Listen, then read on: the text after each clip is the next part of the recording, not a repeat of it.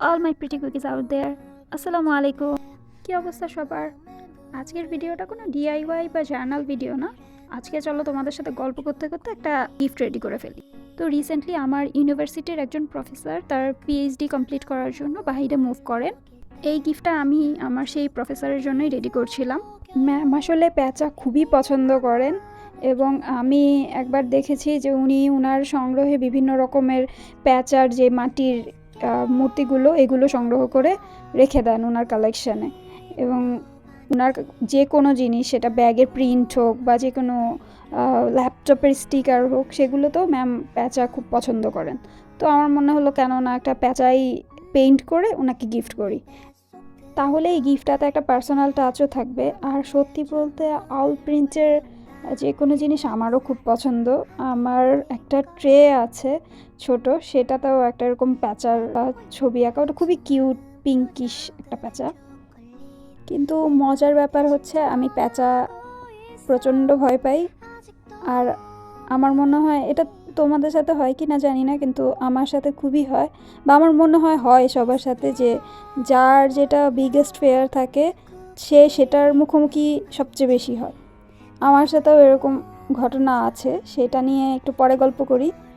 তার আগে এটা কিনলাম কোথা থেকে চলো সেটা বলে দিই। তো কিছুদিন আগে আমি আর আমার ফ্রেন্ড ক্যাম্পাস হপিং করছিলাম। তো দোয়েল চত্বরের ওখানে যখন যাই, ওখানে যে বেশ অনেকগুলো মাটির দোকান থাকে, সেখানে এটা আমরা দেখি। আর দেখার সাথে সাথেই আমাদের ম্যামের কথাই মনে পড়ে। পরে চিন্তা করলাম এটা নিয়েই নেই ম্যামের জন্য। এইবার চলো তোমাদের আমার ভয়ের গল্প বলি। আমি কিছুক্ষণ আগে বলছিলাম যে আমি প্যাঁচা ভয় পাই। একবার এরকম হয়েছে যে আমাদের বাসায় সব কিছু, রাতের খাওয়া দাওয়া শেষ, সব কিছু করে ঘুমাতে যাব, আমি রান্নাঘর সব গোছগাছ করে লাইট নিয়ে চলে আসছি। এবং আসার পরে ঘরে আসার পরে আমার রান্নাঘর থেকে কিছু একটা সাউন্ডের মতো আসতেছিল মনে হলো। পরে আমি আবার একটু চেক করতে চাই সন্দেহ থেকে, এবং থাই ওই রান্নাঘরের এরিয়াটাই ছিল যে একটা পাশ পুরাটা থাই। এবং লাইট জ্বালানোর পরে সাধারণত ওই থাইগুলো তো বাহির থেকে ভিতরে দেখা যায় না, কিন্তু ভিতর থেকে বাহিরে দেখা যায়।